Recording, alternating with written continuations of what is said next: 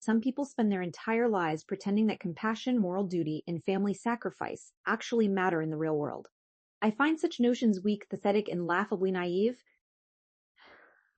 because the only true architecture of power is cold financial dominance. It arrives with an ice-cold signature and a locked offshore vault that leaves the innocent begging in the dirt, without a single shred of mercy. When my father married Eleanor 8 years ago, she was a quiet, timid middle school teacher, living in a cramped rented flat with leaking ceilings. She looked after my father with gentle devotion, cooking his meals, monitoring his medication, and nursing him through 3 major heart surgeries without ever demanding a single luxury asset in return. My father grew soft and sentimental in his old age, foolishly believing that quiet selflessness deserved a massive reward. But to me, Eleanor was nothing more than an intolerable intruder, who had no rightful claim to the centuries of wealth accumulated by the Vance bloodline. Last autumn, my father's health deteriorated beyond recovery. While Eleanor sat beside his sterile hospital bed, holding his frail hand and weeping softly in the dark, with red-rimmed eyes, I was sitting in a high-rise boardroom across the Atlantic, executing the ultimate financial purge. I knew that my father intended to leave Eleanor the family country estate and a $3 million living trust so she could live out her days in dignity. I found that prospect utterly repulsive. Taking advantage of comprehensive power of attorney instruments, I pressured my father into signing during his early cognitive decline. I initiated an aggressive corporate restructuring through a network of opaque offshore entities in the South Pacific.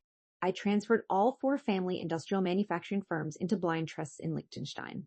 The liquid capital, private equity portfolios, and offshore treasury bonds totaling $70 million were routed into numbered accounts in Zurich, while the crumbling domestic holding company, complete with $4.2 million in unpaid commercial taxes, toxic municipal environmental liabilities, and unsecured lender debt, was legally assigned exclusively to Eleanor under a separate domestic corporate charter.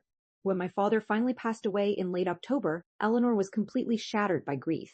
She arranged a modest private burial in the family plot, wearing a faded black wool coat with tears streaming down her hollow cheeks.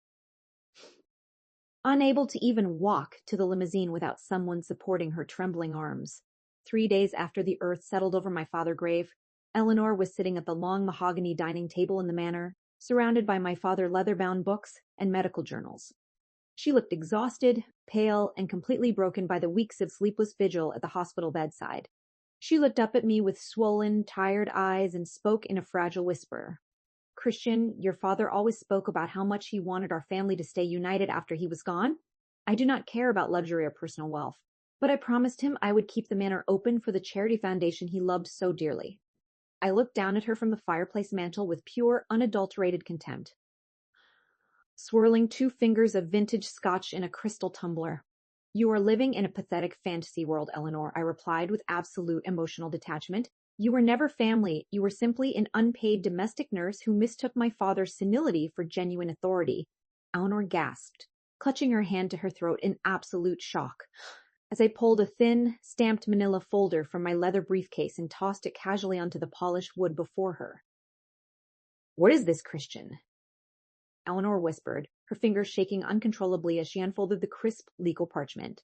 "That is the final, irrevocable financial distribution of my father's estate, Eleanor," I said, leaning back with a cold smirk playing across my lips.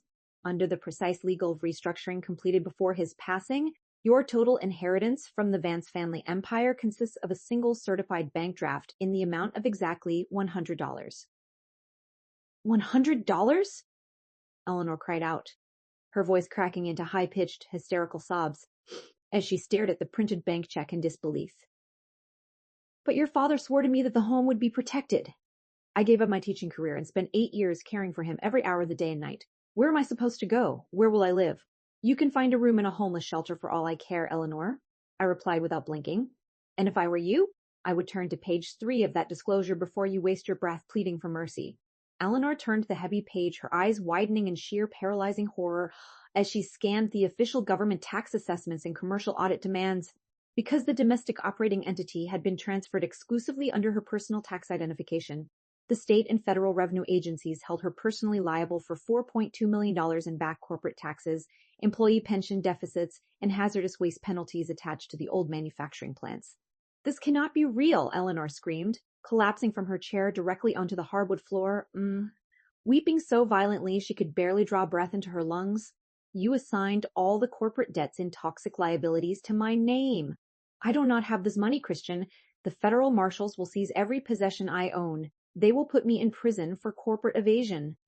I walked over slowly, standing directly above her crumpled form without the slightest flicker of human pity, listening to the rhythmic ticking of the antique grandfather clock in the corner. I am fully aware of the consequences, Eleanor, I murmured softly. The liquid fortunes of this family are locked inside private Swiss vaults that no domestic court can ever touch. The revenue collectors and debt recovery agencies, however, will dismantle your life until you are left with nothing but the clothes on your back. You are an absolute monster. Eleanor wept, clawing at the edge of the oriental rug with white knuckles, begging for a shred of decency. Your father would turn in his grave if he saw what you have done to the woman he loved. Please, Christian, I beg of you on my knees, just release enough funds to settle the government liens. I raised one single finger calmly, cutting her frantic cries off with absolute authority. My father is buried under 6 feet of dirt, Eleanor, I said in a deadpan tone. And dead men do not write relief checks. You have exactly 24 hours to gather your personal garments and vacate this estate before private armed security personnel escort you past the perimeter gates. The following afternoon, 2 private security contractors watched with cold indifference as Eleanor loaded 3 worn cardboard boxes into the trunk of a battered taxicab in the pouring rain. She looked back at the grand stone pillars of the manor one last time, her face pale, her spirit thoroughly crushed, before the vehicle carried her away into complete obscurity. Within 90 days, the federal tax authorities moved in with ruthless efficiency. They seized Eleanor's modest teacher pension, froze her personal checking account, and placed permanent statutory garnishments on any future earnings she might ever make. She was forced into a dilapidated municipal rooming house on the edge of the industrial canal, surviving on food pantry rations and working 14-hour split shifts, cleaning tables at a 24-hour roadside diner just to keep the power running. Meanwhile, I boarded a private Gulfstream jet bound for Zurich to review the ledger statements of $70 million in pristine, untaxed capital that now sat permanently secured under my personal control. My legal team confirmed that every corporate restructuring firewall held firm against any inquiry. Some sentimental fools spend their days preaching that morality and kindness will eventually be rewarded by the universe. But the universe is blind, deaf, and entirely indifferent to tears, leaving power only to those ruthless enough to take it without remorse. And when you sit at a high-stakes table across from someone with no conscience and a fountain pen,